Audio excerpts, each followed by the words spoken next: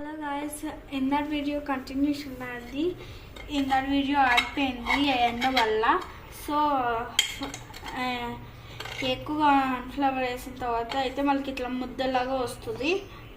ఇట్లా అంతా గీక్కోవాలి. మనం గీక్కున్న తర్వాత ఇట్లా పొడి చేసుకోవాలి. మనం మొత్తం పొడి చేసేసిన తర్వాత కాసేపు ఎండలో పెట్టి తీస్తే ఫైనల్ లుక్ ఎట్లా వస్తుంది అంటే ఇట్లా వస్తుంది గైస్.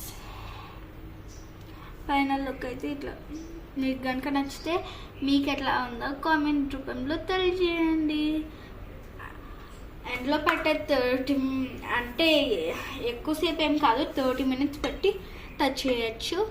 దానివల్ల మనకి స్మూత్గా ఫ్రెష్గా మంచిగా ఉంచుతుంది ఇట్లా. సో మీకు నచ్చినట్లయితే కామెంట్ రూపంలో తెలియజేయండి. ఇంకా మీరు కూడా చేస్తే ఎట్లా వచ్చిందో రిజల్ట్ చెప్పండి. మాకైతే బాగా వచ్చింది. Thank you. హ్యాపీ హోలీ మీ అందరికీ కూడా. Thank you.